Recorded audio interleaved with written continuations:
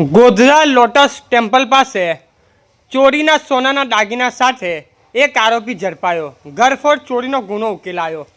પંચમહાલ જિલ્લાના local crime branch LCB ગોધરાએ ગોધરા શહેરના એ ડિવિઝન પોલીસ સ્ટેશનમાં નોંધાયેલા ઘરફોડ ચોરીના ગુનામાં ભેદ ઉકેલી ચોરીમાં ગયેલા તમામ સોનાના દાગીના સહિત એક આરોપીને ઝડપી પાડ્યો છે.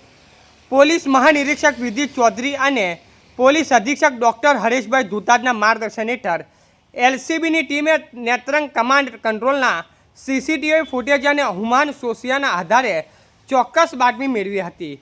બાતમીના આધારે લોટસ ટેમ્પલ નજીક નાકાબંધી ગોઠવી દશરથભાઈ ઉર્ફે કેતન રત્નાભાઈ પંગી ઉંમર વર્ષ 30ને ઝડપી પાડવામાં આવ્યો હતો. તપાસ દરમિયાન આરોપી પાસેથી 4 સોનાની વીંટી, 1 સોનાનું મંગળસૂત્ર, 1 સોનાની ચેન, 1 સોનાની લક્કી, 2 સોનાની બુટ્ટી, 1 સ્પ્લેન્ડર પ્લસ મોટરસાયકલ અને મોબાઈલ ફોન મળી કુલ મુદ્દામાલ કબજે કરવામાં આવ્યો હતો. આરોપીએ પૂછપરછ દરમિયાન ગોધરાની પ્રમુખ આશીર્વાદ સોસાયટીમાં આવેલા એક બંધ મકાનમાંથી ઘૂસી કબાટમાંથી સોનાના દાગીના ચોરી કર્યાની કબૂલાત કરી હતી.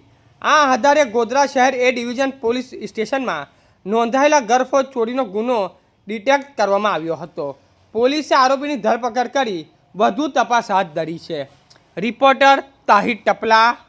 સમાચાર જોવા માટે ગુજરાત ડિવિઝન ન્યૂઝ ચેનલને like, share, subscribe, bell icon press button દબાવવાનું ના ભૂલશો. ધન્યવાદ.